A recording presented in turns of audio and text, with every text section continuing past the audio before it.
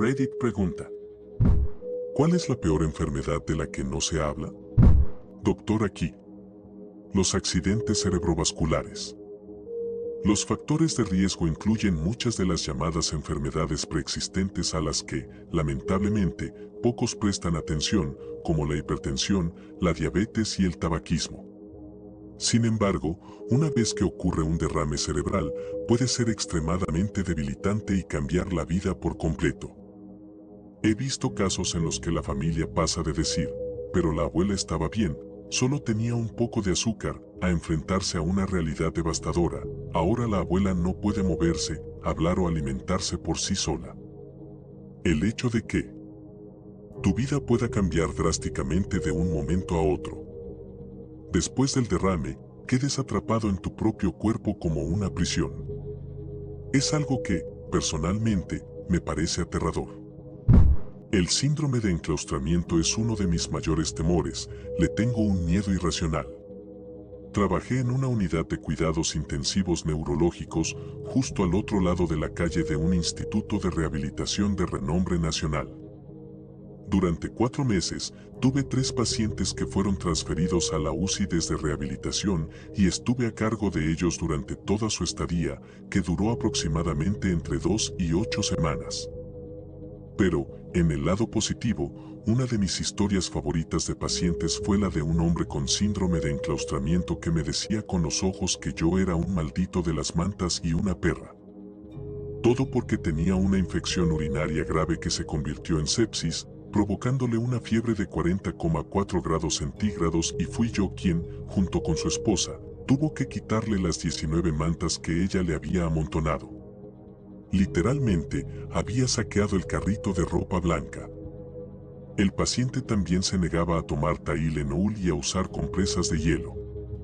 Recuerdo un momento increíblemente satisfactorio como enfermera cuando su esposa se enfadó conmigo, así que fui a buscar al médico, quien repitió exactamente lo mismo que yo había dicho sobre las mantas, el Tylenol y las compresas de hielo.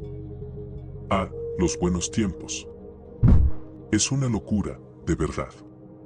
Un amigo nuestro tenía cáncer de hígado terminal. Afortunadamente, pudo vivir una vida bastante plena hasta unos días antes de su muerte. Durante los 18 meses que convivió con la enfermedad, lo vimos debilitarse y adelgazar poco a poco. Pasó su última Navidad con nosotros en 2017. Aunque estaba débil y apenas comía, se lo pasó bien y estuvo completamente consciente todo el día. Pero para la mañana de Año Nuevo, ya había muerto. Desde el 26 hasta el 1 de enero, estuvo completamente inconsciente. Le administraron toda la morfina posible por vía epidural sin que esto lo matara, pero aún así se retorcía, entrando y saliendo de la conciencia durante 5 largos y malditos días. Nos preguntábamos constantemente, ¿por qué no aumentar la dosis y acabar con todo? No había recuperación, no había esperanza de una vida normal. Ya había cruzado el punto de no retorno. Solo lo manteníamos con vida para que no muriera, pero ya no tenía calidad de vida. Era simplemente un cuerpo cuyos órganos se iban apagando lentamente, de manera dolorosa y devastadora. En lugar de un final pacífico, lo vimos morir durante casi una semana. Y cuando llegó el momento, no hubo un adiós, ni un último abrazo. Solo soltó un último suspiro, y su cuerpo finalmente decidió no dar otro. Aún me atormenta. Nos arrebataron la posibilidad de una despedida adecuada, solo porque no se le permitió decidir cuándo morir.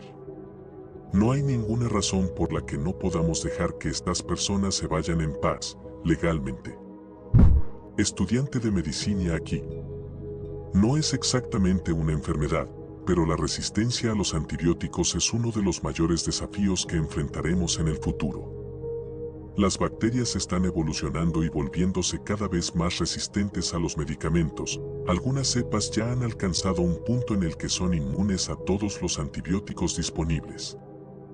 Afortunadamente, este proceso llevará décadas en desarrollarse a gran escala, pero no deberíamos acelerarlo tomando antibióticos cuando no son necesarios o sin completar el tratamiento indicado. Si el médico te receta 8 pastillas, una al día, No importa si al quinto día te sientes bien y crees que podrías correr una maratón, todavía tienes que tomar las 3 pastillas restantes. De lo contrario, solo estarás seleccionando las bacterias más resistentes, las que sobrevivieron los primeros 5 días del tratamiento. Debemos estar preparados con nuevos antibióticos o incluso con un tipo de medicamento completamente diferente y no volver a arruinarlo con un mal uso. Un mundo sin antibióticos sería un lugar donde podrías morir por infecciones que hoy se resuelven con una simple consulta médica. Cefaleas en racimos o neuralgia del trigémino. Imaginar sentir que tu cabeza está a punto de explotar o recibir descargas eléctricas constantes debe ser una de las peores experiencias posibles. En cuanto a las cosas más dolorosas que he experimentado, de peor a menos. Extracción de un absceso dental sin anestesia. Se me rompió una muela y tuvieron que extraerme 25 piezas. A mitad de la cirugía, la anestesia dejó de hacer efecto. El dolor fue insoportable. Apendicitis. Es un dolor profundo que solo puedo describir como intenso. Es como si tus entrañas estuvieran tratando de expulsar un cactus. Picaduras de medusa. Estaba nadando en el Pacífico, en México, y me picó en la espalda. Me quedaron marcas rojas durante 2 semanas y una sensación de ardor insoportable. Supongo que fue una medusa de caja, pero por suerte no fue mortal. Clavícula rota en 2 lugares. Fue en un choque de moto, impacté contra una barrera de cemento a 80 km/h de lado a lado. Me golpeé la cabeza y el hombro izquierdo primero. El casco estalló en el impacto y perdí 3 meses de memoria. Aún tengo algunos problemas, pero lo peor fue que los bomberos me volcaron sobre el lado roto para ponerme en la camilla. Lo hicieron 2 veces más en el hospital antes de que me hicieran las radiografías. Quemaduras. He sufrido quemaduras de todo tipo: ácido, fuego, vapor, metal caliente e incluso un cable de batería al rojo vivo en 2 motos de cross. Historia divertida, jajaja. Cardióloga pediatra aquí. Podría mencionar 1.000.000 de enfermedades raras y esotéricas, pero la realidad es que el mayor riesgo de vivir es, inevitablemente, morir. Cualquier órgano puede fallar por diversas razones. Si bien hemos avanzado mucho en diagnóstico, las enfermedades que más me inquietaban eran aquellas en las que me sentía menos capaz de ayudar. Durante mi residencia en pediatría general, los casos de anorexia nerviosa me afectaban profundamente. Claro, podíamos hospitalizar a los pacientes, colocarles una sonda nasogástrica y estabilizar su estado nutricional, pero ¿cómo podíamos realmente cambiar el funcionamiento de su mente? Veíamos a los mismos niños ingresar una y otra vez. Creo que mi perspectiva está influenciada por un sesgo de selección. Como residente, trabajé principalmente con pacientes hospitalizados, lo que significaba que atendía a los casos más graves. No tenía la otra cara de la moneda, los éxitos de aquellos pacientes que progresaban favorablemente en el ámbito ambulatorio. Como cardióloga pediátrica, aunque trato con niños muy enfermos con problemas cardíacos, al menos siento que puedo hacer algo tangible por ellos. Sin embargo, recuerdo la sensación de total impotencia al tratar a niños con trastornos alimentarios. Tengo 24 años, soy hombre. No soy médico, pero creo que la peor enfermedad debería ser la ELA. Mi padre fue diagnosticado con ELA hace 2 años. Cada día que me despierto, lo veo un paso más cerca de la muerte. Y lo peor de todo es que no puedo hacer nada para evitarlo. Nadie puede hacer nada. Solo podemos esperar a que su propio cuerpo se convierta en su ataúd. El impacto va mucho más allá de lo físico. El trauma psicológico es devastador. La carga financiera recae completamente sobre mí, porque soy el único que gana dinero en mi familia. Mi carrera también está en peligro, ya que no puedo dejar a mi padre y mudarme a otra ciudad para buscar un mejor trabajo. No sé cuánto más podré soportar esta situación. No le desearía la ELA ni a mis peores enemigos. No soy médico, pero cuando era niño, casi me muero varias veces por diferentes enfermedades. Una vez casi muero de escarlatina.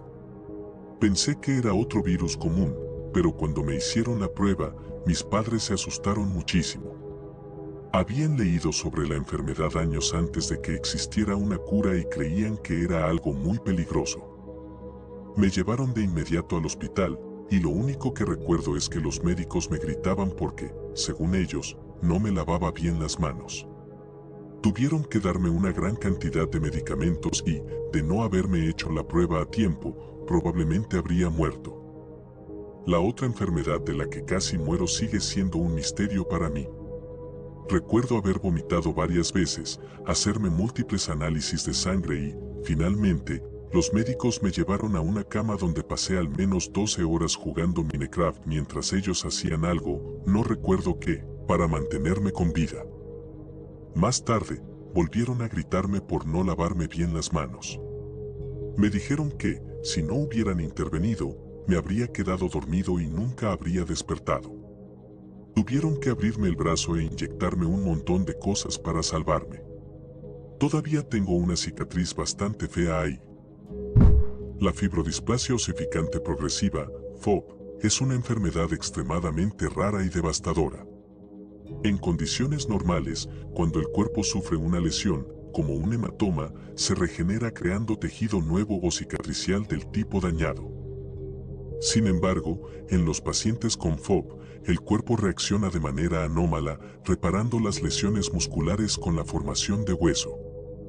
Básicamente, cada vez que se produce una lesión, o incluso de manera espontánea por brotes repentinos, se va desarrollando lentamente una segunda estructura esquelética dentro del cuerpo.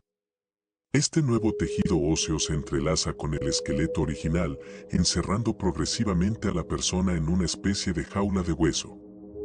Dado que es una enfermedad poco frecuente, a menudo se diagnostica erróneamente como tumores de rápido crecimiento en niños pequeños. Hay casos en los que se han amputado extremidades con la esperanza de frenar la progresión de la enfermedad, pero esto solo ha acelerado su desarrollo. Con el tiempo, la FOP restringe severamente los movimientos, fusiona los huesos del cuerpo e incluso bloquea la mandíbula, lo que impide comer y respirar con normalidad. Se trata de una enfermedad congénita para la que no existe cura, y quienes la padecen deben enfrentarse a ella de por vida. Intentar extirpar los huesos adicionales mediante cirugía no es una opción viable, ya que cualquier intervención quirúrgica solo desencadena la formación de más hueso en el sitio de la incisión. La queratitis por acantamoeba es una infección ocular extremadamente dolorosa y difícil de tratar.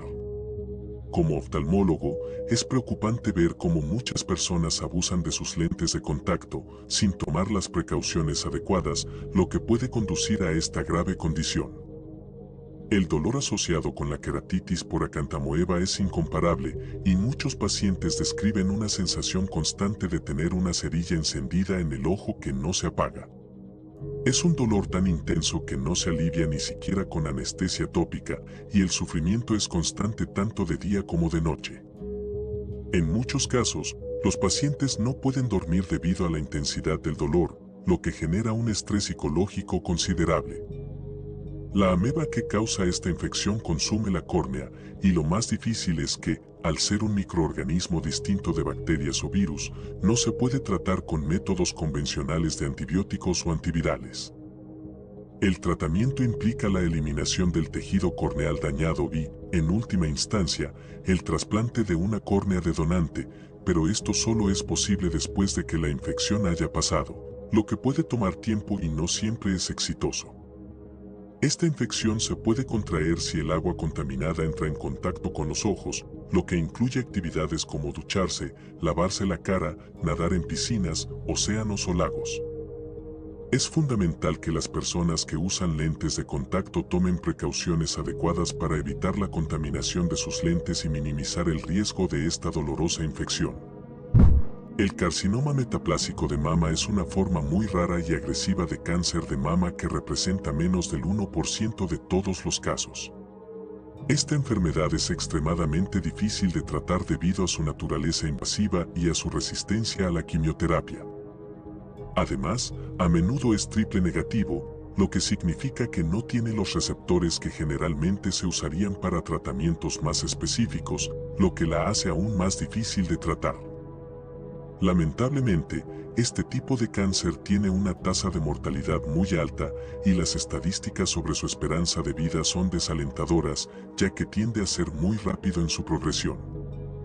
Aunque el número exacto puede variar, muchas fuentes señalan que la esperanza de vida promedio para las personas con carcinoma metaplásico de mama es de aproximadamente 3 o 4 años después del diagnóstico. Es una enfermedad aterradora debido a lo rápido que se desarrolla y la dificultad para tratarla. No soy médico, pero mi hermano mayor tiene un trastorno autoinmune llamado agamaglobulinemia ligada al cromosoma X, XLA, si no te gusta el vómito de letras. En resumen, él no tiene células B, lo que significa que básicamente no tiene sistema inmunológico y debe recibir infusiones intravenosas cada 2 semanas, o de lo contrario se enfermará gravemente y podría morir. Se ha saltado dosis antes y ha sido hospitalizado por neumonía. Dado que está ligado al cromosoma X, es muy raro o inexistente en personas con cromosomas 20, mujeres, hombres trans como yo y algunas personas intersexuales. Existen grandes posibilidades de que lo tenga, y claro, no es completamente mortal, pero todos los miembros de mi familia que lo han tenido hasta ahora no han vivido más de 35 años, según mi madre. Lo que realmente da miedo es que, cuando mi hermano era más pequeño, un bebé de verdad, antes de los 3 años, antes de que le diagnosticaran la enfermedad, se enfermaba mucho. Los médicos le recomendaron un tratamiento a mi madre, pero ella sospechaba que alguien con XLA podría estar relacionado con él y les pidió que le hicieran pruebas a mi hermano para ver si tenía esa afección. Si no hubieran hecho las pruebas y en su lugar hubieran seguido adelante con el tratamiento que proponían, mi hermano habría muerto. No soy médico, sino enfermera. En mi área, la diabetes es bastante común. Hoy mismo tuvimos que amputarle el pie a un hombre que tenía una herida diabética que se había vuelto necrótica. Con frecuencia, al quitarle los calcetines a las personas, encontramos que los dedos de los pies se quedan con ellos. Además, las personas con diabetes corren un grave riesgo de sufrir enfermedades cardíacas. Estoy tratando con todas mis fuerzas de cuidar mi dieta y hacer más ejercicio. La diabetes tipo 2 es muy común en el lado de mi padre. Quiero adoptar buenos hábitos ahora, a los 33 años, para que cuando tenga 65 no tenga que cambiar los hábitos de toda una vida. Eso es lo que le pasó a mi padre y ha sido una etapa difícil para él. Dudo que viva lo suficiente para experimentar las partes realmente malas de la enfermedad. También está la EPOC. La gran mayoría de los casos se dan en fumadores. Es una forma horrible de morir, con la sensación constante de estar ahogándose. Gracias por llegar hasta aquí. Recuerden escribir sus propias historias en los comentarios y compartir el video. Esto es Dark Smart. Hasta la próxima, humanos.